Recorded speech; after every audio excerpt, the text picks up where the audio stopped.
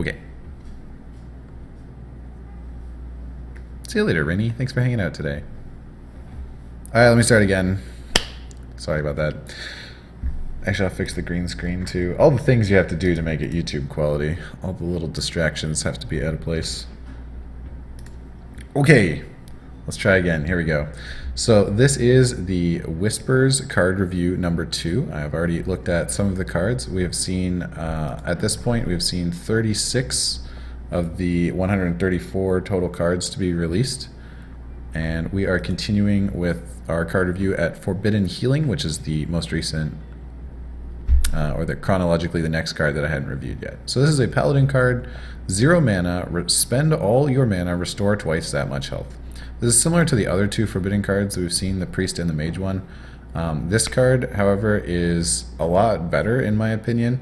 One of the reasons is because Paladins always need healing mechanics. This is one of the really common problems of being a control Paladin, is you are at some point in the battle and you need to live for another turn, but you might not have a heal in your hand. And then suddenly all your progress up to that point is forfeit just because you couldn't survive whatever immediate burst damage was coming. This card gives you the flexibility of using up your mana whenever you feel like it, and it can heal you for a ton. It can heal you for up to 20, which is the largest healing card other than a Tree of Life, which heals you to full.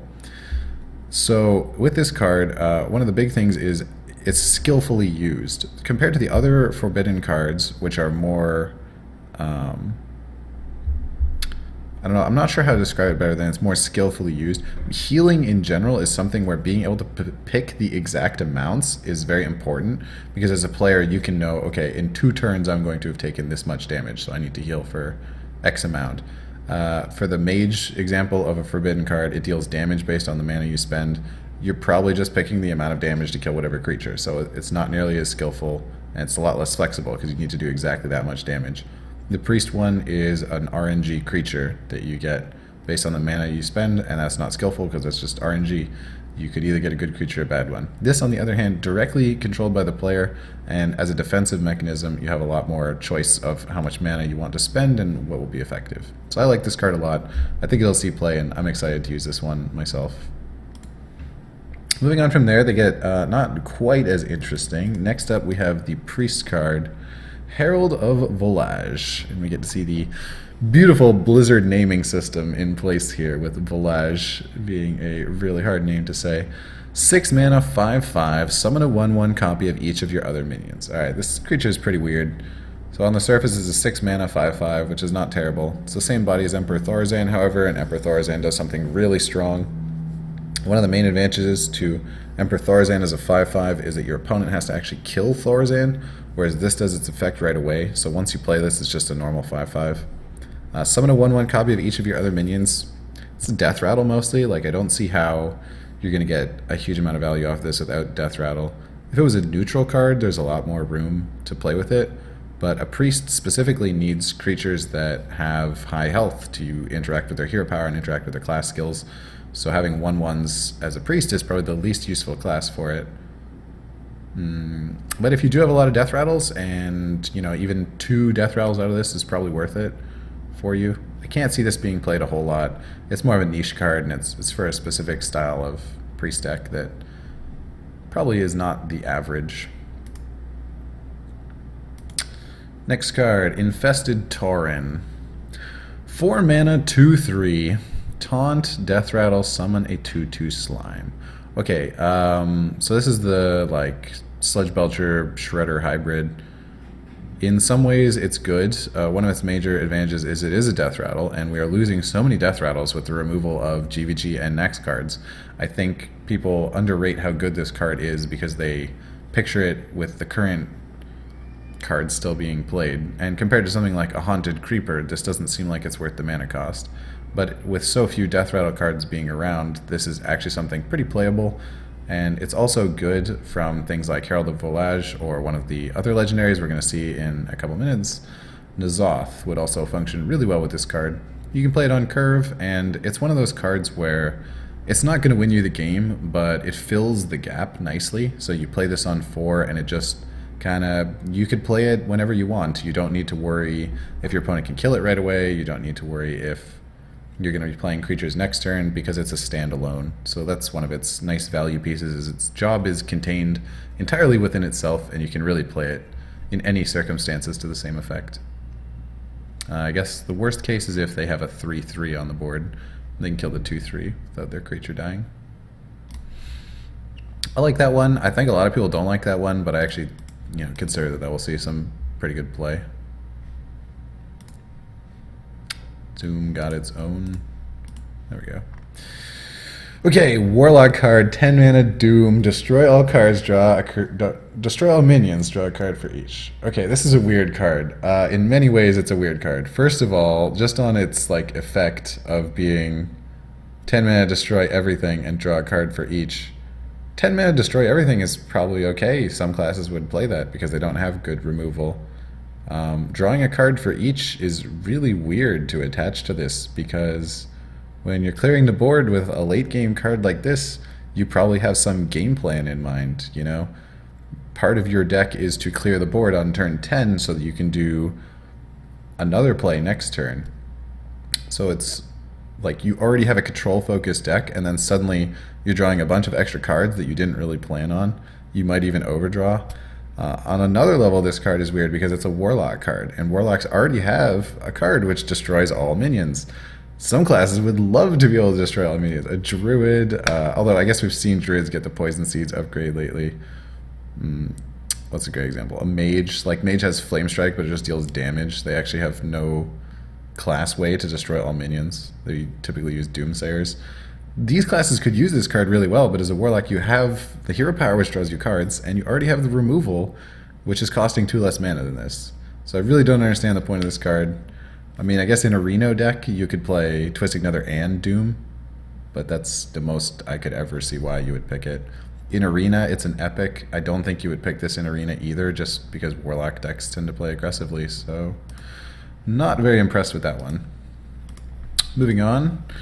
Next card we have Tentacle of Andas. Okay, this is a weird card. This is actually a game-defining card. 1 mana cards tend to be a lot stronger than other cards because of what they can do on the first turn. This is something really cool. You can set it up as an investment where you're a control deck and you play it on turn 1, and if your opponent plays something, you could trade on it, or you can choose to have them trade on it because they need to clear it. It's also can trigger Acolyte of Pain really nicely, so you play this on turn 1. Turn 2, you coin Acolyte of Pain, you get a free card draw, you also probably killed something with the Tentacle. And you can use this later in the game because it's a 1-drop that scales pretty well. You can drop this at any point, it's still a 1/1, and it's still going to do something rather controlling to the board. I don't think it's specific to anything like a Mage, just because some people will see this and will think, oh, Mage can hero power themselves. But an Explosive Sheep fares a lot better with that. For 1 damage, you really just play this as the 1/1 and let it trigger on its own to deal 1 damage to things. But I like this card a lot. It's a controlling card. It's something you can invest 1 mana for early in the game that will still be useful to you later. Also fits with the whatchamacallit, the Cthulhu decks, because the Cthulhu buff creatures all have more health than they have attack. So having something like that on the board, the Cthulhu creature's low attack value can be offset. Next up, Was Iel the Ascended. Okay, this is a Shaman card. As a lover of Shaman, this has a special place in my heart. Was Iel is a 5 mana 4/6. So 5 mana 4/6 is a good body. This is a Druid of the Claw. The best statted 5 mana creature is a Pit Fighter at a 5/6, or Fugan is a 4/7. So it's very close to the ideally statted 5 mana creature, which means you could just play this on 5 and it's good. It's like a Genie, the Genie 4/6 that was released, but a bit, different of effect. Whenever your spells deal damage, restore that much health to your hero. Okay, so this does 2 things that's nice for Shaman. First, it gives Shaman a legendary in the mid game to help them out, because they do often just play neutral creatures on turn 4 and 5. And it gives them a heal, and this heal scales really well. Whenever your spells deal damage, you can think of single target spells to the face. You lava burst them, you heal for 5. That's not too bad. But mostly I see this as an 8 mana combo play, where you play this and then you either play Lightning Storm or Elemental Destruction. And because it's the damage that the spells deal, it means that it will heal you for the full amount of the spell. So if your elemental destruction hits a 1/1, it still deals 4 to 5 damage, which means you would heal for that much, even though it only killed a 1/1. So this is really good. It can potentially heal you back to full, and it's just a solid creature on its own that you could play on turn 5 if you don't need to heal. I like it a lot, and I think that's what Shaman will make good use of, but we really got to consider some of the other mechanics that are coming out this expansion as well with all that's going on. And that's more of like a mid-rangey card. N'Zoth's First Mate. Battlecry, equip a 1/3 Rusty Hook. Okay, so it's a pirate, so you get pirate synergy. That's good in itself. 1 mana pirate is pretty valuable. It's hard to say the value of the weapon here. You know, you get a 1/1 out of it, which is not very good. If it was a 2/1, it'd be a no-brainer. But a 1/1 doesn't trade on a lot of things. A 1/3 Rusty Hook. It lets you trade in the early game and it lets you upgrade. But this is not a great weapon to upgrade, because even after 1 upgrade, it's only doing 2 damage, which typically won't kill things. It would be great with a double upgrade. You'd get a 3/5, which is really awesome. But that's a big combo turn. I think its main value is that it's a pirate, so you can use it with the pirate synergies, and the Rusty Hook is just more of a filler to give it a reason to have such low stats. But now you can have more 1-mana pirates. You can have the Southsea Deckhand and this guy in like an aggressive warrior deck. I like my pirates, so I'm excited to try that one, even if it might not work. Faceless Shambler. Oh, this was a weird one. 4 mana, taunt, battlecry, copy a friendly mane's attack and health. Okay, so it's a Faceless Manipulator. Faceless Manipulator in almost every way is better, because it copies the effects on the cards. So Faceless Manipulator copies charge. Faceless Manipulator copies, well, it copies taunt, it copies Ysera's ability to do stuff. Also, when you play a Faceless Manipulator and say it gets returned to your hand, it actually returns as that creature it turned into, because it just directly becomes that. When this gets returned to your hand, it probably just comes back as a Faceless Shambler. The advantage to this card is it makes it anything with taunt. So this is like a defensive creature. You would very rarely ever play this on turn 4. I think the only way you'd play it on turn 4 is if you were copying your opponent's 4-mana creature. But you can play it on like 6 or 7 after you've dropped a bit of a bigger dude, and then you get a taunt out of it. Plus it maybe saves you mana on that turn since you got an equivalent sized minion. I think it can definitely be played, but it's a situational card, and the fact that it's a 4-mana card that can't be played on turn 4 makes it harder, since the 4-mana slot is very filled with other approachable creatures. You need to have a real reason that you want to play this in your deck over just some other actual creature. Undercity Huckster. What was this guy? 2 mana, 2/2. Death Rattle. Add a random class card from your opponent's class to your hand. It's a rogue card. It's a Death Rattle. It goes great with the Raptor, the 3/4, which copies a Death Rattle. Add a random class card to your hand from your opponent's class. I mean, in general, this seems pretty good. It is a random card, so it's, you know, not worth quite as much as one of your cards. But random cards can also be better than your cards, because they're cards you could not have possibly put in your own deck. And it's a loot hoarder with 1 extra health, which is really good. 2/2s for 2 mana are pretty consistent, as we've seen from Dark Peddler. Anything that draws you a card, you can invest the value. The one big problem that rogues always have on turn 2 is rogues like to equip a weapon. Turn 2 is typically the turn you put on your daggers so that you can use them to trade in future.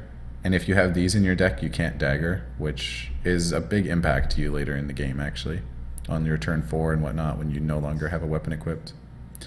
But overall, I think it's good. If this was for any class, or if this was like a neutral card, it would definitely see play, because it's a loot hoarder with 1 more health. N'Zoth. All right, this big boy. So this is the other old god we've seen so far. N'Zoth the Corruptor. Battlecry. Summon your Death Rattle minions that died this game. Okay, so on the surface, it's a 10-mana card, has 5/7 stats. Pretty terrible. 5/7 is like not even quite a 6-drop. It's like a 5-mana creature, 5.5-mana creature.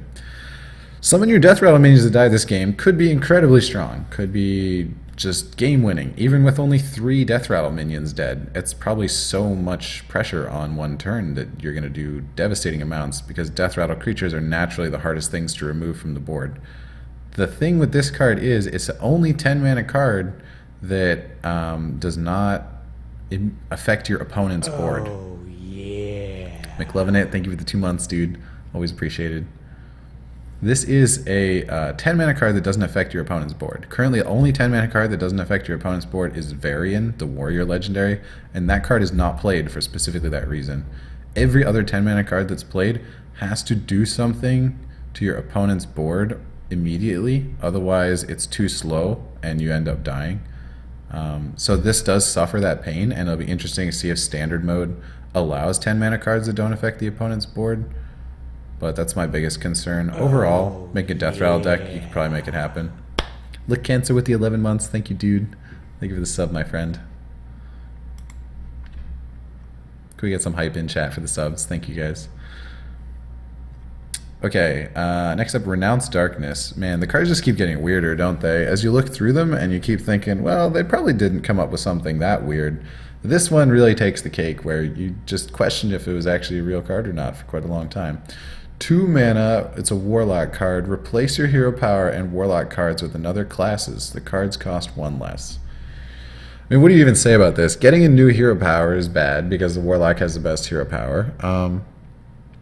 And it's a random hero power, which could be really shitty too. The class cards, on the other hand, is just a significant upgrade. They're random class cards, which makes it a little skill-less because you just hope to top deck the right things. But reducing the cost of every class card in your deck is enormous. The best way I can see this played is a Cthulhu deck. The Cthulhu decks make up the neutral cards in the deck. And then you fill the entire Warlock deck with only Warlock class cards, and you play this. And then you just try to use your mana advantage from this to buy you time until you can Cthulhu them. It's pretty weird though, and I mean, like, I've played a lot of lock and load hunters, so randomly getting your class cards doesn't tend to be as good as you think it does. I'm not sure we'll ever see this played. I'm hoping we don't see it played, because if it's good enough to be played, it is pure RNG, and that's going to be rather frustrating to have as your opponent. Neither you nor the player playing this could know what's in their deck, so you'd feel a little cheated losing to it often. It's a cool card though. I mean, it has a fun idea behind it, so we'll definitely try it out. Spawn of N'Zoth, 3 mana, 2/2, Death Rattle, give you mana +1/+1. Okay, so it's Death Rattle. Right away, Death Rattle is looking more appealing since a lot of Death Rattles are removed. On the surface, this card's pretty bad. It's 2/2 for 3 mana. If it was like a 3/3, then it's very good, but at a 2/2, you need to have at least 2 other creatures on the board when this dies. And I don't know if that's going to happen very often on turn 3. So if you could play Haunted Creeper and then play this guy, it'd be great. But Haunted Creeper is being removed, so is Nerubian Egg. So a lot of the things that this would potentially have great synergy with are going to disappear. So I'm not expecting this to see too much competitive play. Could be some type of flood deck, or like with a Violet Teacher. It's nice, just some way to get a lot of creatures on the board. You know, even like a Zoo Warlock, it's not too bad. Because you can, yeah, I don't know. It's hard to say. There's a lot of cards being cycled out that this would otherwise synergize with. Okay, well, we get some legendaries now. The Boogie Monster, 8 mana, 6/7. When this minion attacks and kills a minion, gain +2/+2. Okay, in a number of ways, this is a bad creature. First of all, it's a 6/7 for 8 mana, which means it dies like a Boulder Fist Ogre, which is 2 mana less. And even a Boulder Fist Ogre is not played on turn 6. Second, when this minion attacks and kills a minion, it gains +2/+2. So if anything attacks into it, it does not gain a buff. It has to be the one attacking, which means it can only gain one buff per turn. Third, gaining +2/+2 is probably not as much as the damage it will take from attacking, so it's likely losing health with every attack.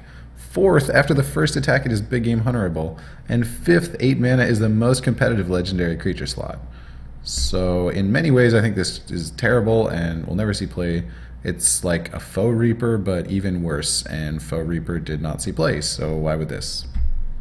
It's my cursory analysis of the Boogie Monster. Maybe an arena card, you know, if you're offered this as your legendary selection and the other legendaries are bad, it's better than a neutral 8-drop. Actually, is that true? Neutral 8-drop is a force tank, right? This is actually worse than a force tank. It is. It's worse than a force tank. It dies to a force tank, and the force tank would remain a 7/7. Yeah. There you go. That really shows kind of what level of card that's at. The other legendaries in this section, however, are a lot better. Zarl, the Poison Mind, is a rogue card. 4 mana, 3/2. Add a random toxin card to your hand. Okay. Do we have the toxin cards on hand? I remember roughly what they are.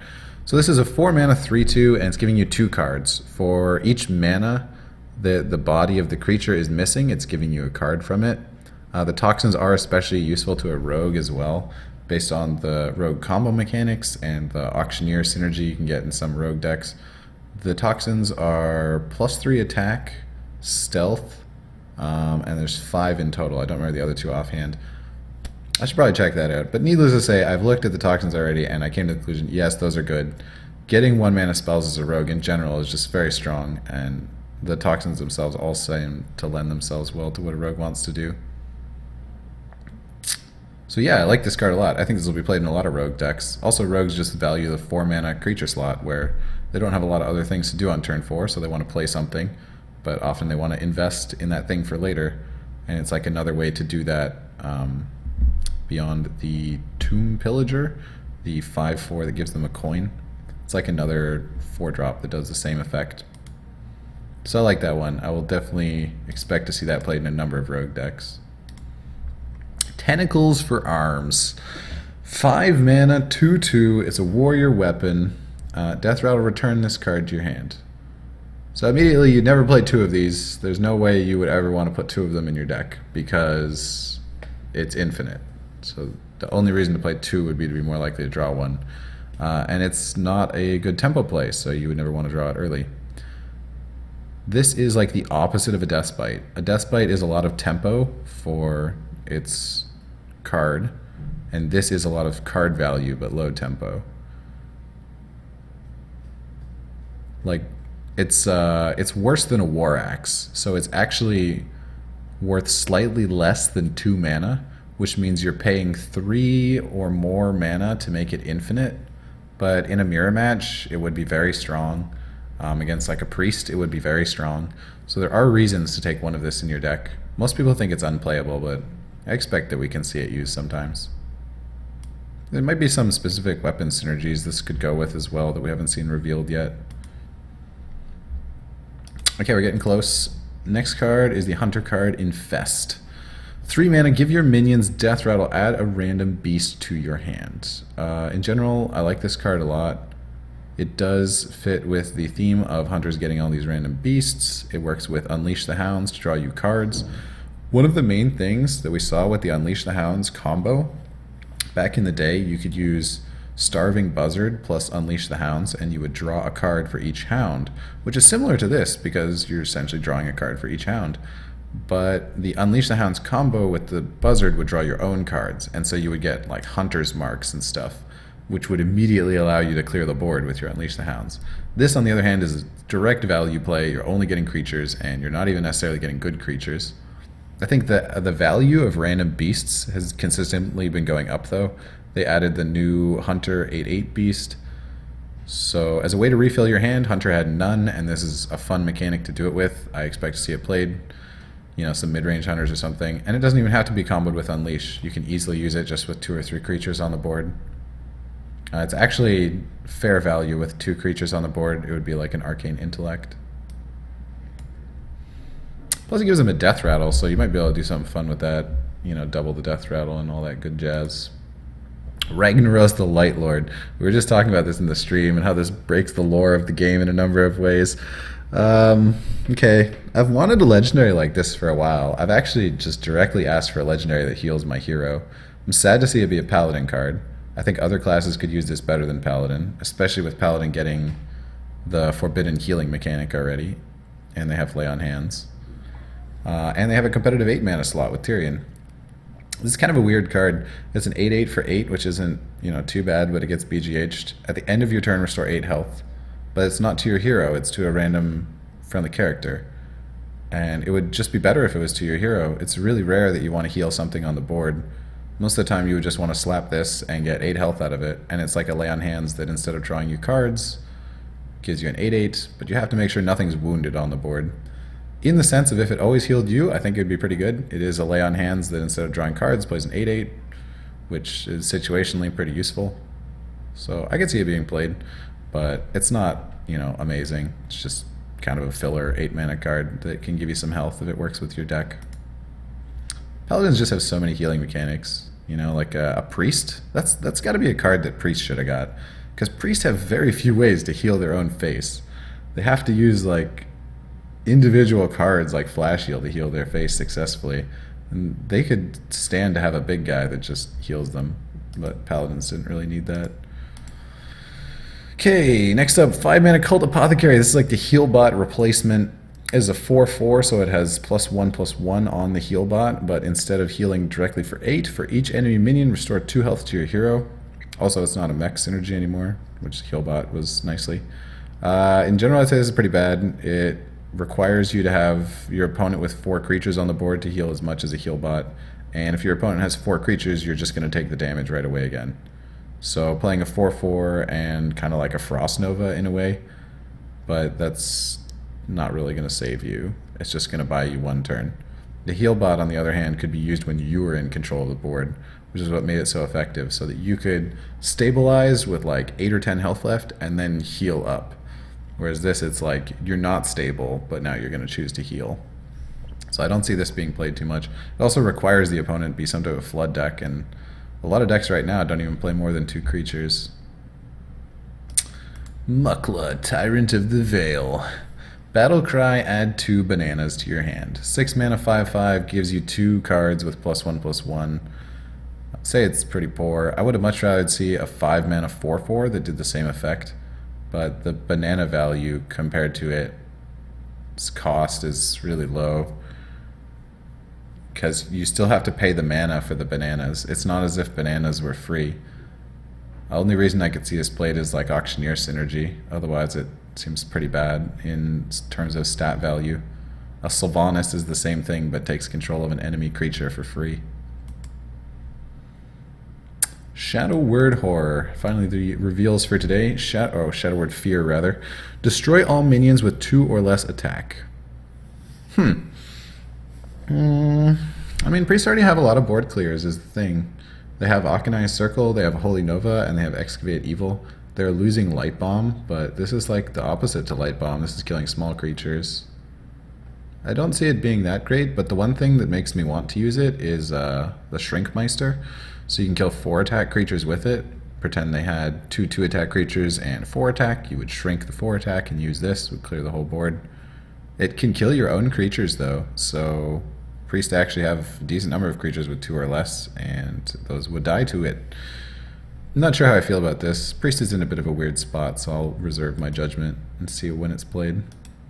And the final card for this set of reviews, Mark of Yashar. 2 mana, give a minion +2/+2. If it's a beast, draw a card. Okay, this is awesome to me in many ways. It's promoting the beast synergy, which is kind of fun. Although I'm not huge on Beast Druid, it's just nice to see some more beast interaction there, because they had a lot of things that wanted to be beasts, but were not really benefiting the Druid. This is Mark of the Wild, so even if you just wanted to play Mark of the Wild, you would play this because it's better in every way. And you could play this plus Mark of the Wild. And Mark of the Wild is actually a very strong card. It's interesting we don't see it played too much lately, but... Oh, I suppose Mark of the Wild gives Taunt. Yes, this does not give Taunt. Mark of the Wild does have a slight advantage. I would mostly picture decks that are using both this and Mark of the Wild, though, to give like successive buffs to their beast cards, because they're a pretty strong mechanic and they scale like better as you keep doing it. As you can trade something up one turn and then buff it again and trade up again the next turn to push an advantage. I like the card though. I mean, obviously drawing a card for free is pretty awesome if you buff any beast, and there's a lot of low-cost beasts that you could use to buff up to good stats, like an Oasis Snapjaw is a 2/7 and becomes a 4/9, which is infinitely better. That about sums up the reveal for now. Again, we've only seen 36 of the 134 total cards revealed, so we'll probably end up doing about 2 more card reviews as we get the things unlocked. And feel free to check in again when I post some more of them. Thanks for watching, guys. Okay, what's